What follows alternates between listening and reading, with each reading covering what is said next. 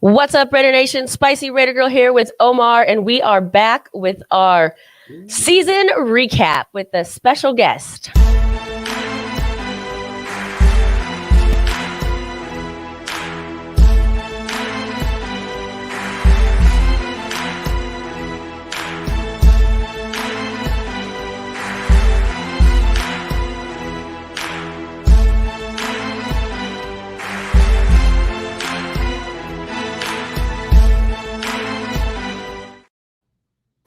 Hey, what's up, Raider Nation? Spicy Raider Girl here with Omar. We are back. We said this before, but we'll say it again for our last show of the season. Well, there may be another show. You know, we might have to. I think I'm going to bring my GM team on. Okay, fair enough. For some thoughts, and I'm trying to wait till after the hiring of the GM and coach to have that show. And so right about that time, I think we'll have at least the last show for a minute. The last show? All right. Well, you know what to do, everybody. Like that torch, hit that like button. If you haven't already subscribed, please subscribe. And tonight, we are offering something special. We're going to open it up to everybody, but special for the members here. We are going to be raffling off, giving away one of these bottles, commemorative bottles, which way am I, of Woodson whiskey. It's autographed bottle. If you are a member of this channel, you're automatically entered. So what you're going to do is you're going to go over to Facebook. You're going to choose your number. I'm going to post it after the show, and you get a free entry. You can purchase additional entries if you'd like. And if you're not a member and you want to join the show, that's one of the perks as well, to be entered into the raffle. Let's bring our special guest in. Hammer, what's good? Thanks for being here with us tonight. Of course. What's good, guys? What's good, nation? What's up, everyone? What's up, Fishing Game? Good to see you in here. Scotty Waddy, Raider 1. Raider Travis. What's good? You know what to do. Longtime member. Go over to Facebook, choose your number so you could enter to win. Jay Jackson, hey, Spicy, and Omar for Life of Raider Story Family, Navajo on the go. Woohoo, he's in. Yeah, you're in. Protect the Shield. What's good? Salute to you, my partner in crime, my co-host on the Spicy Shield Talk, and Lucky, our runner-up fan of the year, but my favorite. Go choose your number, Lucky. Let us know which number you want, and then once the spots are full, we will raffle off the bottle here on this channel. So let's get into it, guys. We're all at the game, this final game, still undefeated against the Broncos since the Raiders made the move, and that continued. It was a fun time. What do you guys make now that the season is wrapped, though? Okay, the season's wrapped. Didn't quite finish that 500. Kind of the overall theme of Raider Nation, I think everyone is split, is do we rehab what we have already, or do we start over and rebuild? What do you guys think? Omar, you want to take it first? I mean, here's my thought. We didn't get into the playoffs. Let's just go big picture first. 8-9. That no one in Raider Nation wants to do that. You know, we all want to have winning seasons, get into the playoffs. So there's that. However, we discovered a diamond in the rough named AP. And that wouldn't have happened if Mark Davis would have waited and to the end of the season to fire McDaniels. So, you know, out of the darkness, for me, there's some light. We also got to see this rookie quarterback to see what we got there. We got a nice chunk of data on O'Connell. So I think, like I say, just, of course, we didn't get into the playoffs. Of course, we're under 500. None, of the bad, there was that little bit of good. And also, AP, for his games against division rivals, swept. And that I do love. So I think that's about it for me. 4-2 in the division. Very happy with that. Could have been 5-1 realistically, but woulda, coulda, shoulda. You threw somebody to the wolves to attempt to prove your point that he wasn't ready. Yeah. And damn, were you wrong once AP took over. Handcuffs came off. defense was completely different. Offense was different, but still not scoring points like we should have. Kind of happens when you have an inexperienced guy and Bo Hardigree taking over as the offensive coordinator. We finished 5-4 with AP as our head coach. The locker room, the energy in that locker room, the Raider players, Raider Nation was incredibly happy with Antonio Pierce. Antonio Pierce bleeds, breeds Raiders from the time he was a kid. That's my guy right now. Like, watching the last press conference on Monday, like, I was on the verge of tears. Like, I'm like, this better not be the last time we see him in silver and black. Like, I've said it countless times since he took over. Like, I'm ready to come out of retirement, put on a pair of shoulder pads and a helmet and run through a wall for this guy. The rankings in regards to our defense was just ridiculous over the last couple of weeks. Number one in opponents' points against, defensive takeaways, defensive touchdowns. We are ranked at the top. It's been an amazing ride. And hey, we finished with a better record than we did last year under Josh McDaniels. So definitely. Yeah, there's definitely steps in the right direction. I'm there with you guys. I think I would rather see a rehab with what we have instead of a rebuild. I think the toughest thing when you go into bringing in a new coach, they really are going to dismantle it to kind of bring their own vision and their own style and how they think the team could be. And I just don't. I guess I don't have the patience to start over again. And I like kind of where we're going. Especially because, and this will be, this is a good talking point, I think, because I hear this chatter going on out in the social media world, if you will. Some people are sold on AP for different reasons. One of the big reasons, though, I think we can all agree on is the vibe he brings, the spirit he brings, the culture he brings, the way he like you said, Hammer, he makes those guys want to run through a wall for them. They all seem like they respect him. They've all mentioned that they want to play for him. At least Max and Tay have both said that that's the consensus of the locker room. I mean, we haven't heard actually everybody say that, but they're kind of speaking for them. So is that enough? Because I've heard the argument, yelling Raiders at the podium and growing up in Compton and wearing all black and showing up in the Apollo and getting that locker room vibe the way it is not a good enough reason to hire him.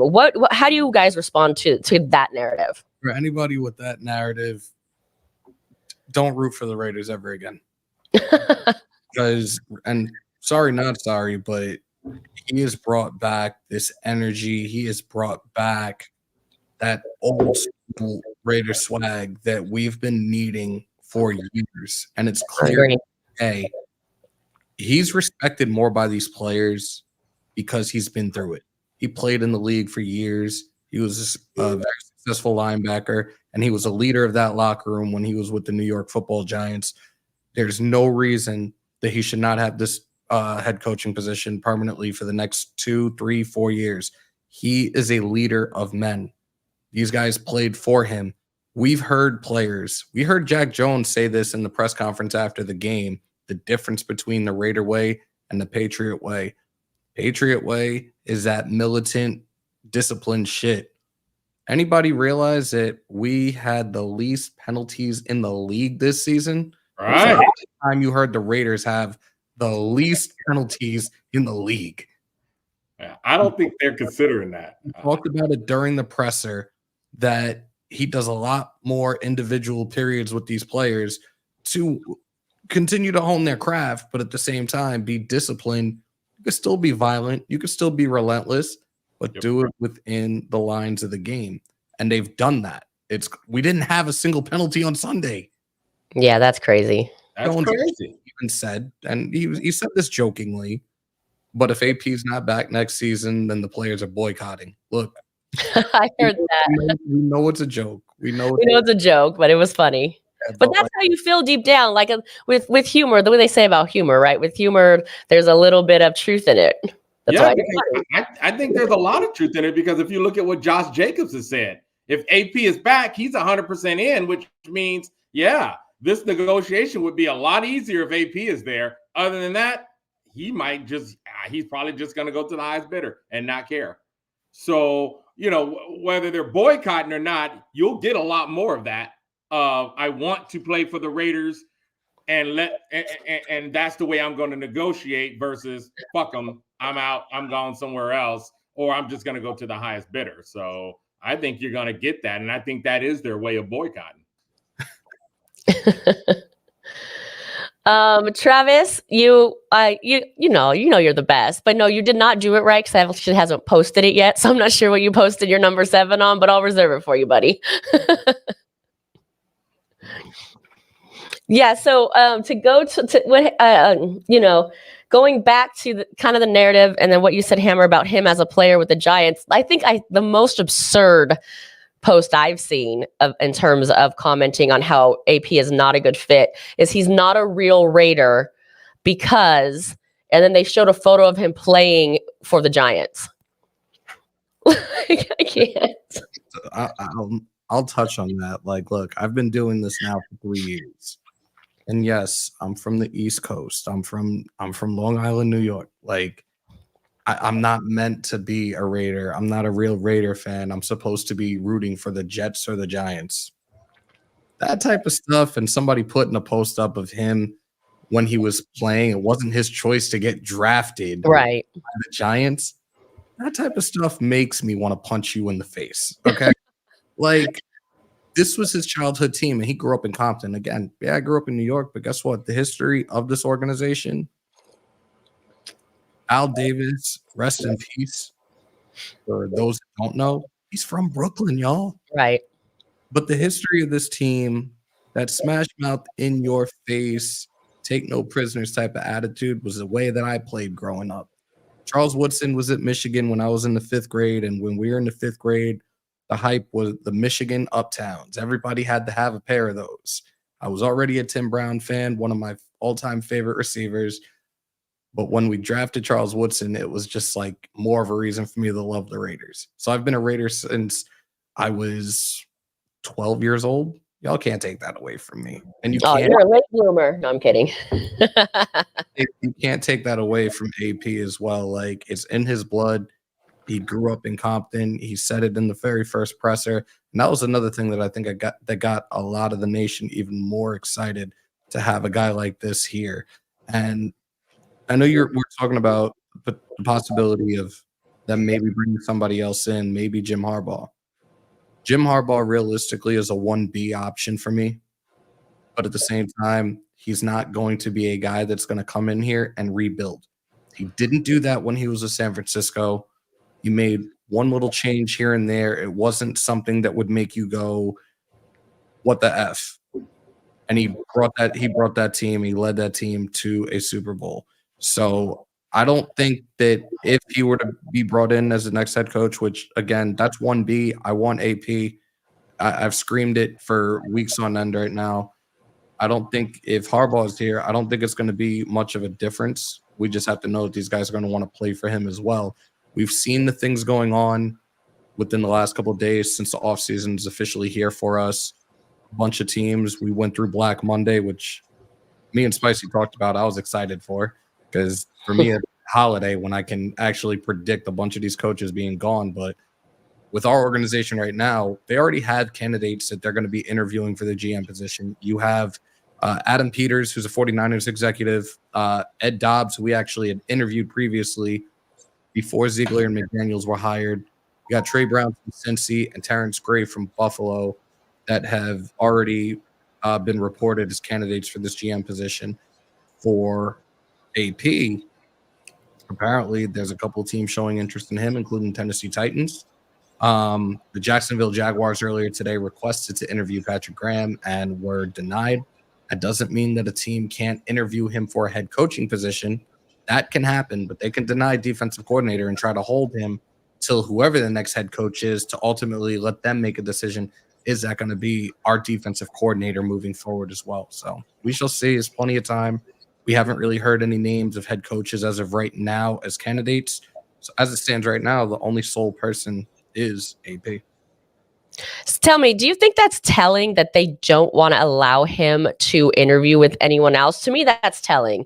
To me, that makes me think that they want to keep him, and they probably are leaning towards AP because they know AP wants to keep him, and they don't want to let him go. That, I mean, totally reading between the lines and speculation, but that's kind of how I read the news. That news. It's funny. I think that's a good speculation, especially when you got our O-line coach. It got permission to go interview with someone else. So you see the offensive guys got, hey, yeah, you can go interview, but you come at Graham, they're like, if it ain't for a head coaching job, nope, you can't talk to him. So I think it's a dang good sign. It's funny that you say that, Spicy, because I did a short earlier in regards to the situation with Patrick Graham right now, and I said, what does this mean? But again, like I said, whoever the next head coach is, they're the ones that will ultimately be the one to make the decision. Are we going to keep him on this coaching staff, or are we going to move on and get another defensive coordinator? So time will tell. Can I just say, I want to bring up two different points. We're going to shift gears a little bit and go towards the culture of the locker room. I want to talk about the culture, and then I want to talk about kind of the access that we have to it to make different sort of accusations or opinions on what's going on. But I just love this photo right here. This photo, it tells 1,000 words. Can I just say, though, I need to find a man who looks at me the way Charles Woodson looks at Max Crosby. Right. Wow. But besides that, I mean, look at this. When was the last time you've seen legends like this just hanging out in a locker room, having cigars, like this kind of camaraderie? Like I can't remember really ever seeing anything like this. And to me, this means a lot. This says a lot. And didn't they all co-sign for AP? I know Woodson did, but didn't I even read that Marcus Allen even co-signed for him? Yep. So this is the next thing with this as well. Like, you have alumni, Charles Woodson most definitely, that have a lot of input, and Mark will listen to them. And I think if everybody is on the same page, I think he's going to be the one that moves forward as well. Like, excuse me, these other candidates, it's formality. It's procedure right now, especially with the Rooney Rule and everything. It is formality and procedure throughout the NFL. If you are looking to fill a vacant spot for a head coach, that they're still going to have to go through this process. So who's to say that Mark Davis already hasn't been behind closed doors with AP? Like, this is yours. We just have to go through this stuff right for the time being. So just wait it out. Like, I heard that the Chargers are showing interest in him as well.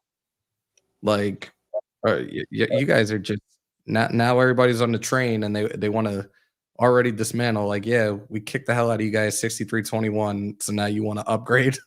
No, he's not going there either. Yeah, it was good to hear that he's getting that kind of head coaching interest, that he's got a request for an interview. Let Davis also see that, The Giants are interested in him as a defensive coordinator. As Wink Martindale just resigned as well. It's like, we know. I have not attempted to listen to ESPN Radio New York since I've come back home, because I know that that's going to be the next thing. Let's get Antonio Pierce here. You see what he did with the Raiders, even though they were trashing the Raiders the entire season out there. So I don't even want to hear that right now. I mean, look at the attention though his staff is getting. I mean, Champ Kelly, he's out interviewing for other GM spots. AP got multiple interviews. Graham got a head coach interview, got denied for the defensive coordinator interview. I mean, his top 3 folks right now are getting calls. So if that's not a wake-up call to Mark Davis that, hey, man, you got something good right there in your building, I don't know what else is. Yeah. So now let me ask you guys again. We'll get back to the locker room just a little bit. You see the celebrations, you see the camaraderie, you see the cigar smoking and things of that nature. And I'm not saying one is I'm not saying it's right or it's wrong, but it is a little bit of something to think about, I think. They even asked AP this in the presser. He addressed it. But what do the optics look like when the Raiders did do better in the second half of the season? However, they still failed to make the playoffs, and they ended up with another losing season. And yet they're in the locker room in a celebratory sort of mode, smoking cigars and things of that nature. What do you have any sort of opinion on the optics of that? Let me just say really quick, I'll let you guys take it away. I think it's always been a problem. I've never been a fan of the media in the locker room. I think that should be their safe space. So the fact that we even have that kind of access to form these opinions, I've never been a fan of, but I'll let you guys tell me what you think. Well, I definitely agree with that last thing you just said, that it should be the players' space, and I think head coach, general manager, owner should have a lot of input on what they want. They have to give their pressers, they got to give their press conference, but do they have to allow them to have all the cameras, going? And, I think that's one thing. Hey, let them do their thing. I mean, as far as I know, they were only celebrating wins. I didn't see them in there celebrating losses. So someone correct me if I'm wrong, but I think that's the kind of thing you get, though, is that no matter whether they're winning or losing, people just start talking. And in my mind, who cares? I'm looking at, like I was saying, look at what these guys are doing on the field. Look at how me as a fan, in my mind, since AP had took over, I thought we had a chance to win every game he was coaching. And I think a lot of fans felt that way that didn't feel that way before with McDaniels. You can't buy that. You cannot buy that. You cannot buy the fact that these guys were a much more energized team. I mean, if you worry about somebody with X's and O's, those X's and O's were there already. So what did AP do? Is he an X and O guy, or is he a guy that says, hey, I'm going to help you execute these X's and O's much better than you did before? Because that's what we're buying. That's what we saw. So, I mean, people are going to talk. And a person like me, let them. Who cares? I'm just looking at the product on the field. And if he can produce guys that are energized, playing within the lines, playing clean, playing fast, playing hard, please let him keep coaching. Keep cooking. Let him keep cooking. So that's my thought on it. When it comes to the media, their eyes, their mouths, their fingers, they always seem to twist things and just drag out a false narrative. They'll make up any story, and this is what they'll run with until they're 6 feet under. We heard AP in his closing presser. This is something that the team has wanted to do. This is something they've wanted to do as a team. Can't take that away from them. They want to have a cigar. They want to celebrate together. Again, we don't know if they were doing this during losses, but it doesn't matter. It was something that they wanted to do as a team. Are they doing anything? Are they hurting anybody? Are they doing anything reckless? No. Let them rock. I guarantee you, if this was another team doing this type of stuff, wouldn't be hearing about it. Let's be real. We know in the media's eyes, in the commissioner's eyes, in the referee's eyes, we will forever be public enemy number one. Yep. People will, and the media will create a fire where there is none, just to, sensationalize anything they can. So, I don't think it's a problem, not at all. If it isn't in the locker room, in my opinion, it'll be something else. The moment he hired AP, oh, no, it's just something. It's always going to be something. Yep. That's it. Yeah, I agree. I think Mother Moon just kind of summed it up really well. Her opinion, they are celebrating the brotherhood. They're celebrating the end of the season, finishing strong, looking forward to next season. And I'll add to that. And also knowing that group of guys will never be in the locker room together ever again. I mean, there are going to be trades. I mean, no football team stays exactly the same, season after season. So, that's the last time that group of guys is going to be in there together. So I think that's part of it as well. Agreed. Definitely agreed. Yep. we already have an idea of some of the players that won't be back either. So Do tell. Meek Robertson, he ain't coming back. Andre James, he's not coming back. Greg Van Roten, he's not coming back. I think we might have saw the last of Jermaine Illuminor. Well, we saw the last of him when we walk out the M, but I those are some guys right now that just didn't really play up to par. That offensive line definitely is going to have to be revamped. I do think Dylan Parham should be the guy moving forward as our starting center, and then I think we build between free agency and the draft in respects to our left guards.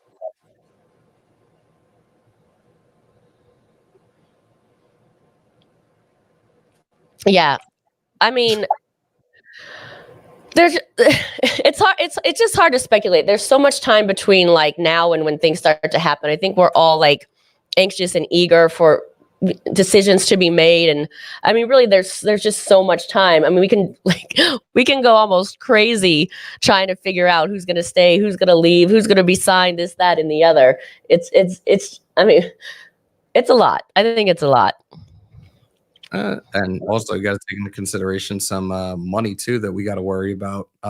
Jimmy G, I don't think he's going to be back, and he's Warrior either. He's insisting already that he's going to be back. Like, bro, I don't know what it is that you're doing during. Well, no, we do know what you're doing during your off time. Stay away from the bunny ranch, bro, because it's definitely messing your head up worse than it already is.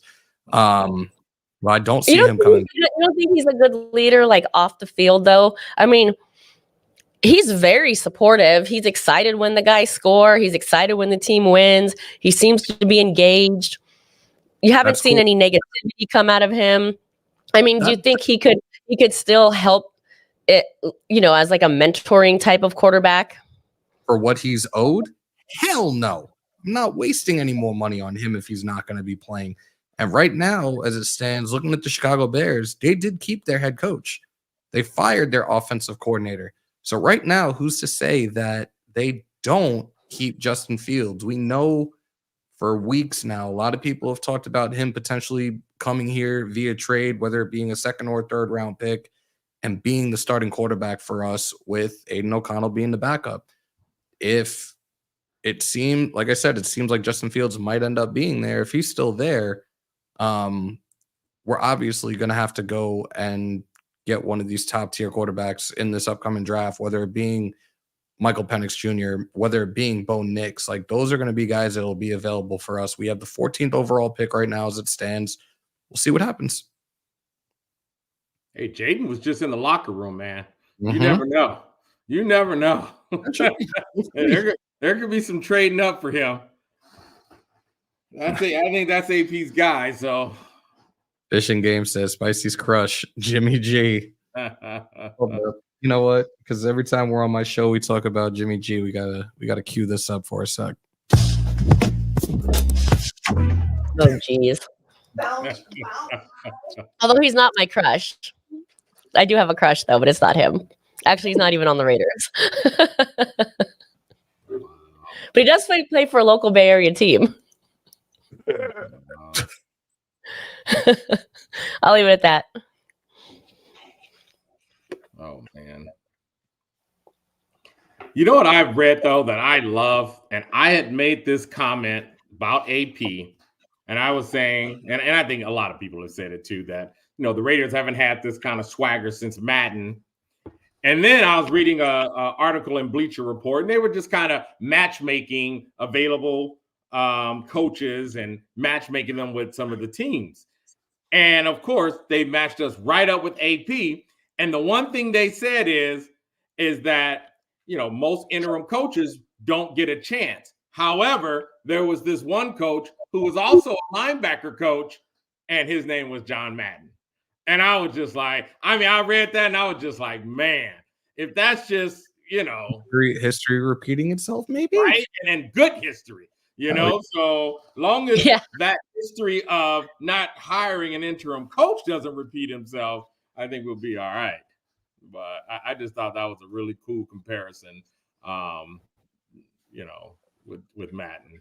because You said it right there though. Good history, right? We always hear these records, quote unquote, being broken and for the Raiders, and they usually aren't the ones you want to break. right, and he broke a good one for the Raiders against the Chargers. That was another good one he put up. So, yeah, hopefully we'll know next coming week or two. Give it some time, guys. Give it some time.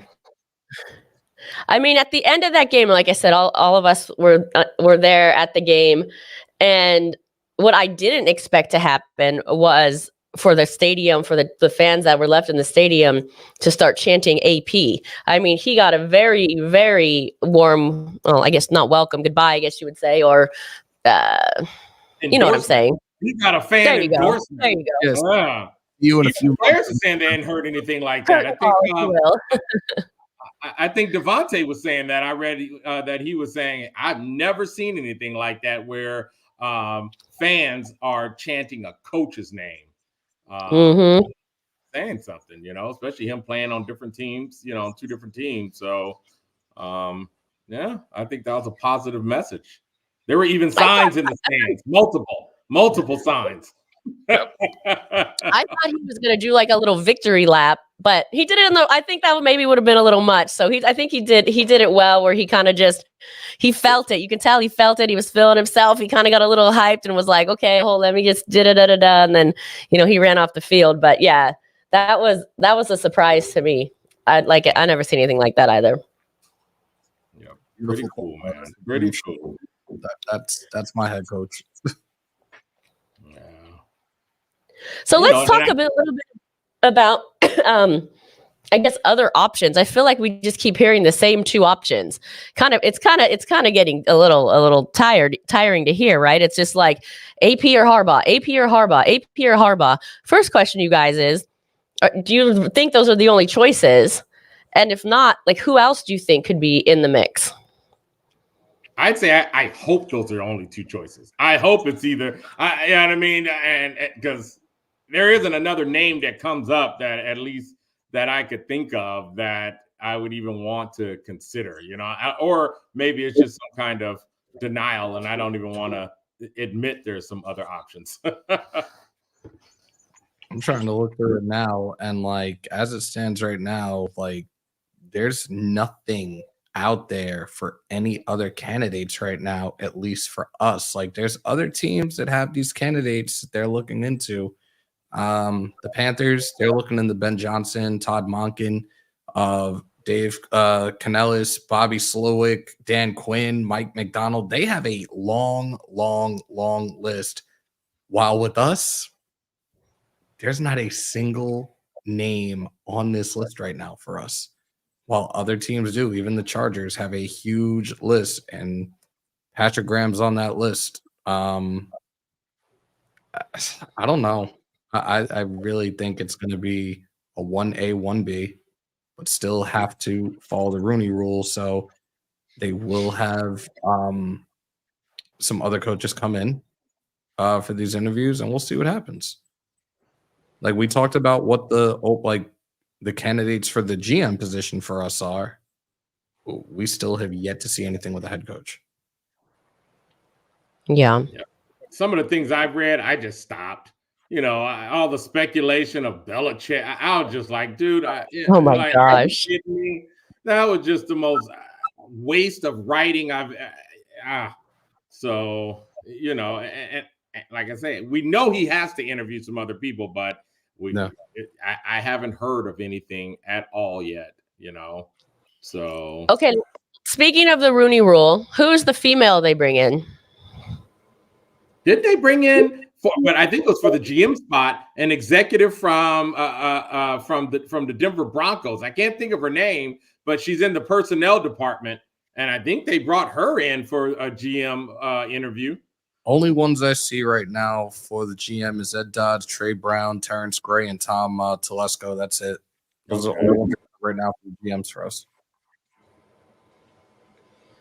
Yeah, I can understand, I guess, at a certain time where the Rooney Rule would have come into play. I just think it doesn't make sense to me to really waste anyone's time just to bring him. Like, I wouldn't want to be brought in anywhere just to be a token female and check the box when, you know, they have no intent on hiring me, nor would I want to be hired just because I check the box. You know what I mean? I think this process is quite ridiculous, to be honest. And especially if, and I don't know the rule that in depth, but especially when one of the candidates is already meeting that criteria in AP and being a minority. It's because he's already part of the organization, so it doesn't count. But like you and I had this conversation not so long ago. Like it's 2024. Can we get over this white, black, brown, red? Like, come on, man. If they are worthy enough, if they have the credentials, if you think that they'll be best or fit best for your organization, then give them an interview. But stop with this crap already. Like, it's getting old. Yeah. Well, I say there may be a lot that we don't know is why they do the Rooney Rule. I know I personally don't have the statistics of who has getting in, you know, who's been given interviews. And so, you know, like I say, I just want to argue a different, you know, that it may be still very necessary. There's a lot of things that I hear a lot of people say, oh, well, why do they have to glorify it? Well, if you look at his, you know, not just history, but recent history, there's a reason. If you hear something that, oh, it's the first black, and you're like, well, it's 2023. Why are they glorifying the first black? Well, if it happened 30 years ago, they wouldn't be. So the thing is, but I have to just argue that there could possibly still be a need for it. You know, well, honestly, I think the need for it, and I could be totally wrong, but it's just optics. Don't know. Like I say, I don't have any numbers to argue. I'm just kind of, you know, saying that there may be still a reason. I don't think even with the Rooney Rule, they're hiring a minority because of it. Most of it is just exposure. And if they like somebody, great. But we know if you look at how many minority coaches there are right now in the 32 teams, it's still what, a handful? Yeah, pretty much. And at the same time, like, it's like they put this rule into play 4 years ago, and it's like the benefit goes to the team that they were previously working for, where they're given third round selections in each of the next two drafts. And it's like, but for hiring a minority. But doesn't that say something that these guys still have to incentivize it? I mean, to me, I'm taking it as Jesus Christ. These guys have been passed over so much, they've had to incentivize it. You know, that's all. I'm outside looking in like you guys are. And I'm just like, wow. You know what I mean? Like, yeah, you know. I get the sentiment, but, you know, I think, like I say, I hear a lot of this sentiment on on other issues where they glorify the first and they glorify this and that. And I kind of look at it the other way and say, yeah, we probably all wish they didn't have to do that. But to not have to do that meant it would have been done a long time ago. And we know that's not the case. So sometimes you end up where you are because of where you are. Well, I think, though, especially in football, that all they care about is winning and making money. And they look, I don't think the NFL cares about minorities or doing the right thing. I just think they care about winning. I mean, they hire. I mean, the things that they allowed to go on with different legal battles and things like that, you know, abuse, those types of things, they totally ignore. I mean, let's be honest. They've not exactly proven to be the most ethical, you know, corporation, if you will. Oh, yeah. I mean, Gruden wouldn't be in a legal battle right now if what you're saying wasn't true. Right. So it's definitely true, you know. But here it is, though. Anything, I'll go bigger than that. Anything where human hands touch it, there's going to be some shit. You know, people just do shit. I mean, it's our nature. So, I mean, and you look at where there's 32 owners and all of a sudden, it's legitimately a club and a very small exclusive club. So, yeah, you know, that a lot can happen. Okay, except for the Packers, I guess, because all the owners are fans. Probably still the same. What's good, Yeah. Sunshine Bug? Of course, you know what I'm drinking on this Wednesday. Woodson whiskey. I'm having water. I'll rub it in. And we are giving away, again, a good time for a plug, a autograph commemorative bottle of the Woodson whiskey. If you are a member of this channel, you're automatically entered. And if you're not a member, you can become a member to be entered. And then you can also purchase spots to get into the raffle as well. I'm going to put that up on Facebook after this broadcast. So if you are a member and you're watching, go over to my spicy Facebook page to enter. And what is good, Steampunk? Glad to see you in here. What's up, bro? So yeah, well, I guess we'll go, you know, there's gonna be a lot that happens. What are your main, like, just say like 2 or 3 your must happens for this team? From a GM perspective of what I would want to have? Yeah, let's talk about, like, we've harped on the coach thing and the new GM. Let's talk about like player positions. What do you think like are the missing pieces that need to be filled? For me, I got to think the cornerback, quarterback.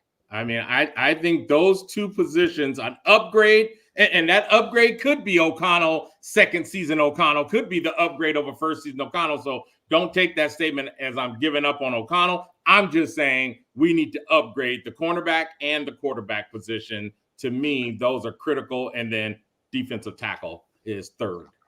I think we'll get big dividends if we do that.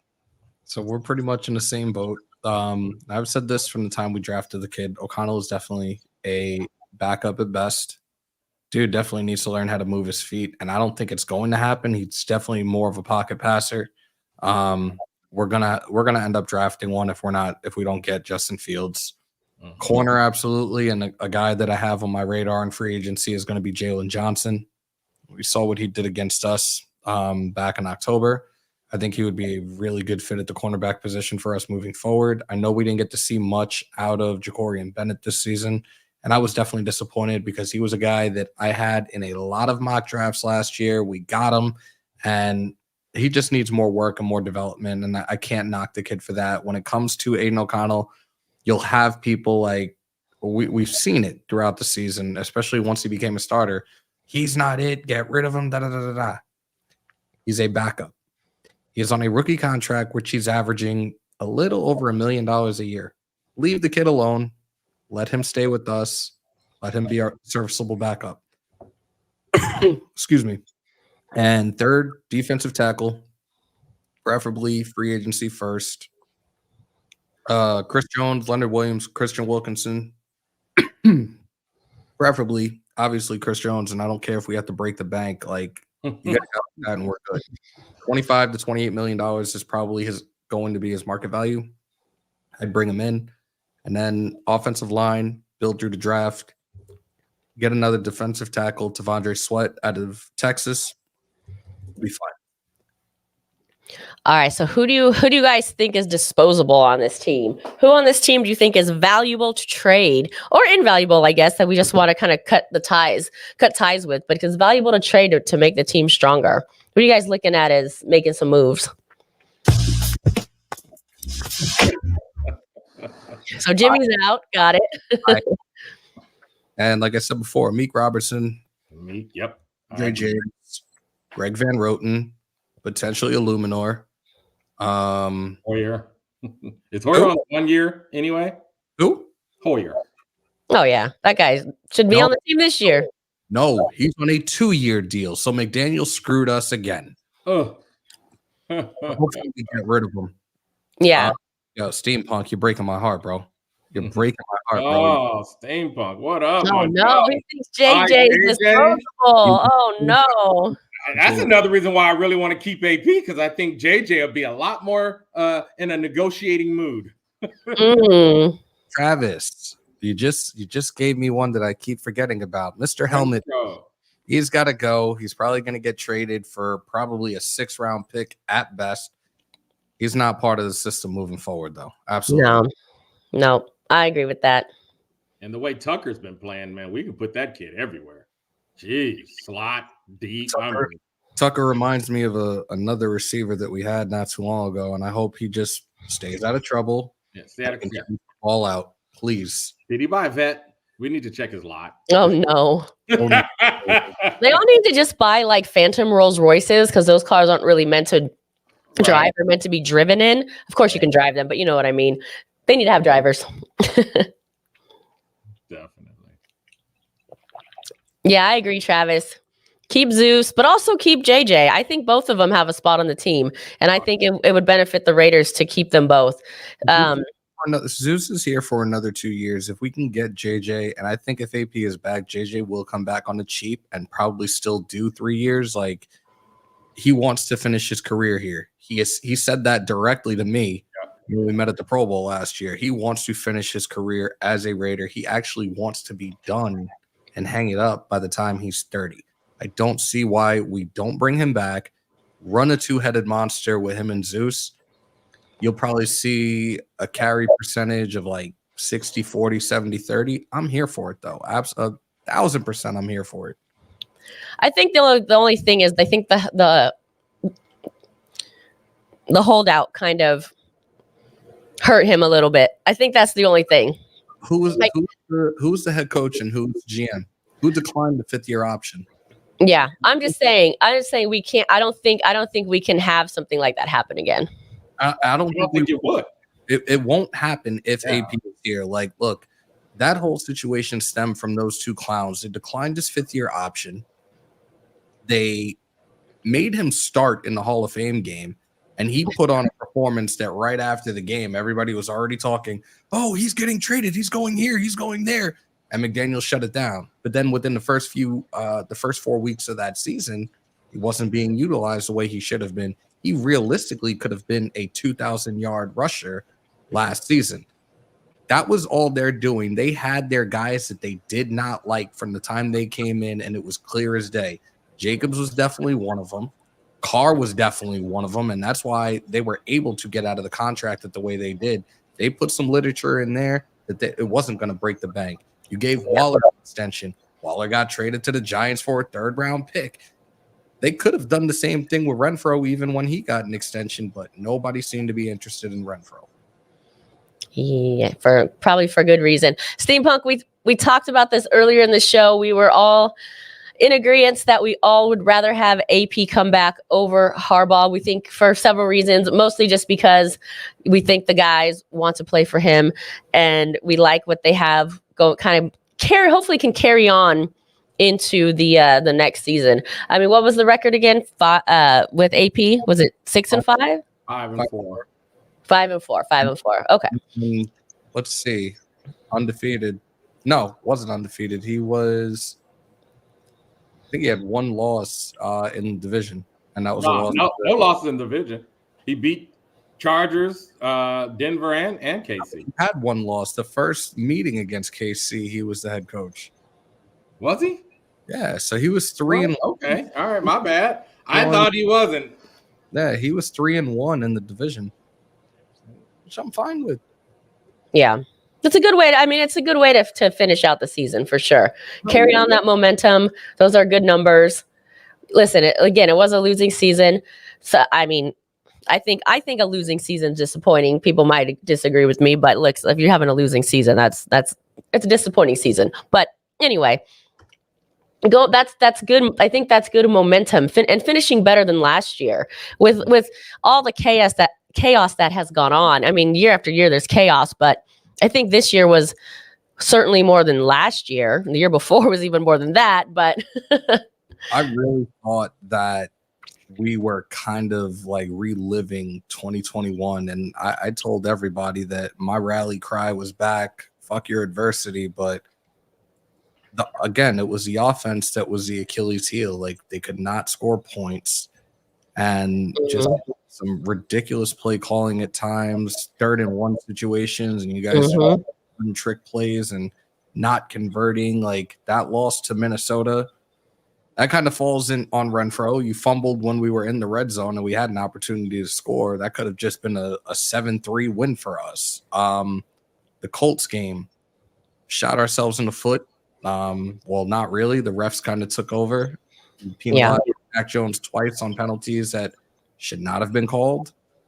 we could have been that playoff team again. We could have been a wild card team, but realistically, like looking at the standings after Sunday night in the AFC, anyways, if you weren't a 10-7 team, you weren't getting in the playoffs, anyways. Well, that's true. But it was right there. I mean, you named a few of them, right? I mean, couldn't get the Chicago game back, the Minnesota game back, the Colts, 4 games right there that we should have had, but woulda, coulda, shoulda. Right. But again, we still finished with a better record than we had last year. Definitely. That's why we have to rehab and not rebuild. And speaking of rehab, if we get our wish of AP, and Hammer, I definitely want to hear your perspective on this. Who's your top OC? That's the $1 million question right now. Yeah. I was looking at a list before with that, and I'm kind of like, where do we go from here? I saw a dude before. I can't remember his name. I was looking at this list, and this dude is actually from the Shanahan tree.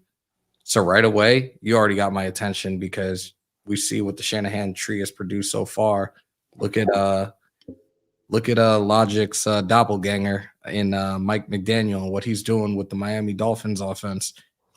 That defense is fast. That defense does a ton of motions. What is this dude? Thomas Brown. And the kid is actually, I'm calling him a kid, but he's my age. Like, you're coming out off of that Sean McVay and Kyle Shanahan tree. Sign me up right now. Because I guarantee you that that offense will be something incredibly special moving forward if you have a guy like that as our next offensive coordinator. Nice. Angela, any OCs out there?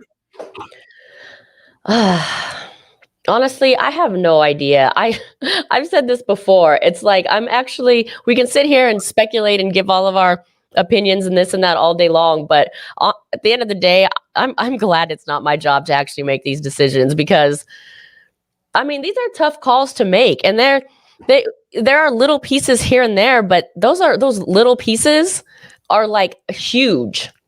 You know, you can say, oh, we only need 1 or 2 pieces, but those 1 or 2 pieces are huge. You know, and making a wrong or bad decision can derail the season again, like it did with all the decisions made with McDaniels and all the coaching staff he brought with him, you know? Well, there's 2 bad decisions that he didn't make bringing in here, and that was Patrick Graham and Antonio Pierce. Fair enough. Yo, Scotty, you can't tell me he does not look like Logic, bro. Logic. Now, Hammer, what would you think about him bringing in Eric Bieniemy, who not gonna happen. His head coach just got fired? You don't think you don't think he's gonna be gone? It's not gonna happen. Omar's liked him for a long time, I feel. A lot of people have, but he has a past. Right. That's my. But he's been an offensive coordinator. I'm not talking about for head coach. I'm talking about for offensive coordinator. Doesn't matter. He has a past. That past does not fly when it comes to the Raiders. It won't happen. I agree with that. I think that's a huge turnoff. I will be stunned if they take a flyer on him. I really will be. Okay. All right. Yeah, I agree. That's always been my turnoff with him. I think it sets the wrong tone in so many different ways. Yep. I think I felt more about that from the head coach spot, but from the OC spot, assuming it's AP who's the head coach, it's his team. You know what I mean? Yeah. I get what you guys saying. You know, like I say, I think as an offensive coordinator, especially coming from the Chiefs, it would, I think it might be a fun offense to watch. Was he fired by Washington, or was it just the GM? It's the head coach right now. As far as I know, the head coach is gone. GM is gone. I haven't heard about it. I'm just assuming he'll be on the streets. And you know what's crazy? When Bieniemy was hired by the Commanders last offseason, he was a guy that I said potentially could be the successor to Ron Rivera. Mm-hmm. So don't be surprised if they make that move, especially with the new ownership. You have an investor there in Magic Johnson. It might happen. We've seen him turn franchises around before. We saw what he did with the Dodgers and what they've been doing for the last couple of years. Another offensive coordinator, now that I'm thinking about it too, and this is a guy I thought was going to be the successor in LA, Kellen Moore. And you and I had this conversation over the weekend. Yeah. Kellen Moore could be a potential candidate. I'm not fully sure, and I'm not going to say that I'm on that train. Like, we've seen what he's done for Dak Prescott. And when he came to LA, I was kind of nervous because I'm like, oh my God, like, what does this mean for Justin Herbert? What is this kid going to do now? But Kellen Moore might be another viable option as an offensive coordinator. It just depends on who our quarterback is as well. I'm going to throw one name at you guys. Okay. Here's another one on my list, Frank Reich. I've actually thought about him. Within the last week, he's a guy that I've thought about. But my other thing is, if AP is in fact back, I think he's going to console in the guys that he's had in here over the last few weeks since he took over.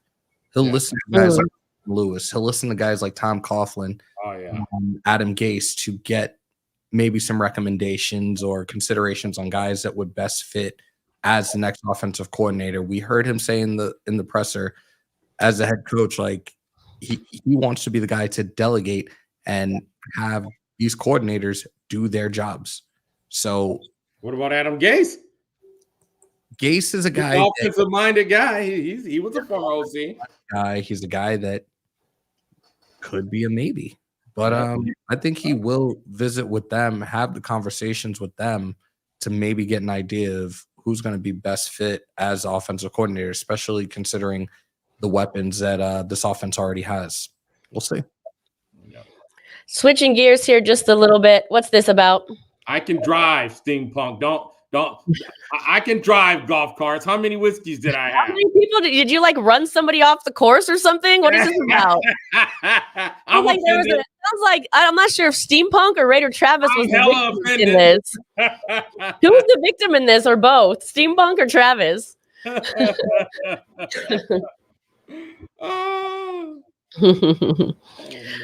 We didn't really touch on this too much, actually, Steampunk. Not sure if we talked about it already or not. Who do we leave? Do we leave Champ as GM?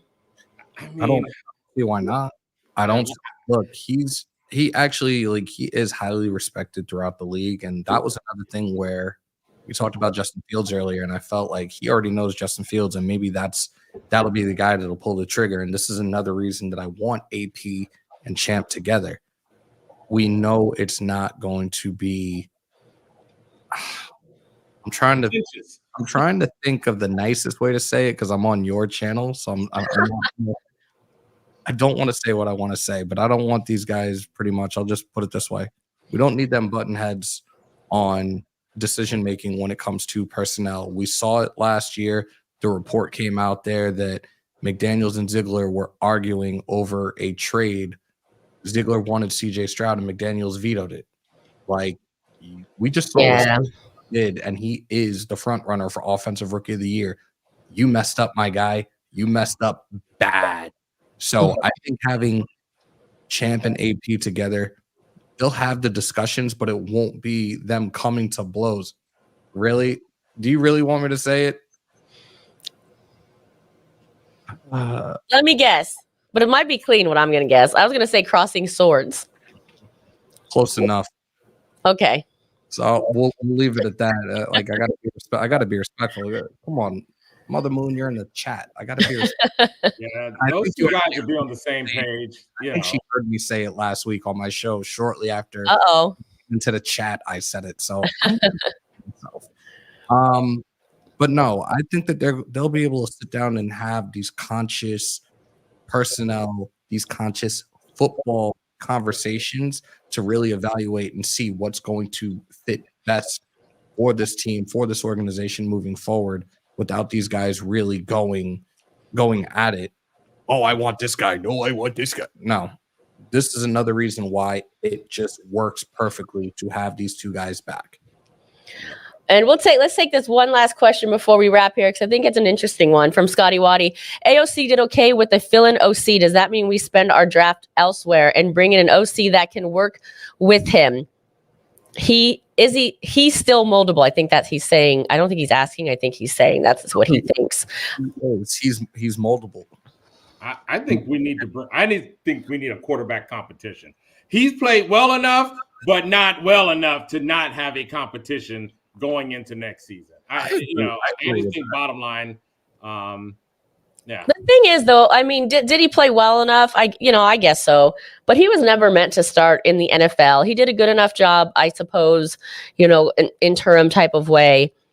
But I don't know. I still think we need something much better. As a starter, he's 5-5, and again, he did better than every other rookie quarterback, including what's his name, Willis. Well, come on, help me out, Hammer. Got picked in the second round by Tennessee. Oh, Will Levis. Will Levis. He outplayed Will Levis, who was projected in the first round. I mean, but like I say, he didn't play well enough not to have some competition. No, but I still think. And I said this before we saw him take a snap for us when he was drafted. I was like, this is going to be our backup quarterback. Yeah. But he was not developed the correct way. He had a phenomenal performance throughout the preseason. Nobody can take that away from him because everybody was giving him a lot of praise, saying he was looking better than all of these rookie quarterbacks in preseason. And then we get to the start of the season, and now all of a sudden, he's the emergency quarterback. And that is the Patriot way. If they don't feel like you are ready, they're just going to have you inactive. So you had him as the emergency backup, and then week 4 came. Jimmy G went down. We played the Chargers, and McDaniels pretty much pulled a let me prove my point and do what I told you so. Watched him get beat to shit against the Chargers. You put Hoyer in against the Bears when Garoppolo went down once again. Terrible. And 5 minutes, 33 seconds left in the game. We're getting the shit kicked out of us. Oh, let's throw it back in. Yeah, that was crazy. There. Omar, did I hear you incorrectly, that AOC did better than every other rookie quarterback? Except for CJ Stroud, yeah. Okay, I missed that last caveat there. No, he did. He was the second best rookie quarterback in this class. I mean, of course, Anthony Richardson went down, with an injury, so it would have been great to have that. But even the number 1 pick, he outplayed.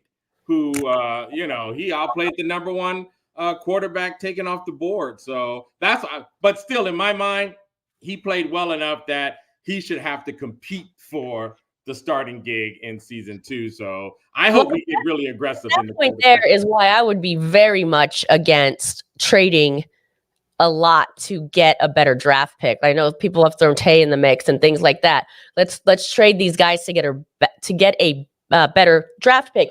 And to me, Omar, that's the biggest argument not to, because you never know what you're going to. It's the most risky thing ever. And if you have already a player like Devontae, you don't just trade him in hopes that you get a better draft pick and somehow this quarterback is like the next, best quarterback ever. To me, that's absurd. I would rather give up, I wouldn't trade Devontae. I wouldn't trade Max. If Jaden Daniels is AP's guy, he's worked with this kid and he really wants him because he knows what he's getting and he knows how to get the best out of this kid. I hope we only give up picks for him. You know what I mean? Because picks are gambles, just like you said. But yeah, you got a known commodity, So yes, I hope we keep the core of this team together, and which includes Devontae, and not do that. I don't think we would. I think we would probably give up some picks to move up and down. If like I say, only if, like I say, AP had the inside track on Jayden from working with him at Arizona State and, pulled the trigger on it. I would love for us to get aggressive, though, in quarterback, some kind of way, whether it's, trading draft for Fields, whatever, you know what I mean? I'm not that big on Fields, but from what I keep hearing, he can do better than what we've seen. And okay, so enough people have argued with me on that I'm just saying, okay, we would see. I wouldn't be mad if we did it, though, and he compete with O'Connell. So, yeah. All right. Any last thoughts before we get out of here, guys? No? All right. Well, thank you, everyone, for watching. Thank you for joining us for this little recap of what wasn't really a recap. It's more like a look forward to the rehab, if you will, for next season. Remember, if you haven't already, light that torch, hit that like button, Subscribe to this channel for Life on Raider Story and also to Hammer's channel, Raider Nation News Today, if you haven't already. Remember, members, go over to Facebook to enter to win the commemorative bottle. If you're not a member, you can become a member to enter. And all right, everybody, know how we do it. We go out one way and only one way. Raiders! My throat is still a little sore from the game, but Raiders!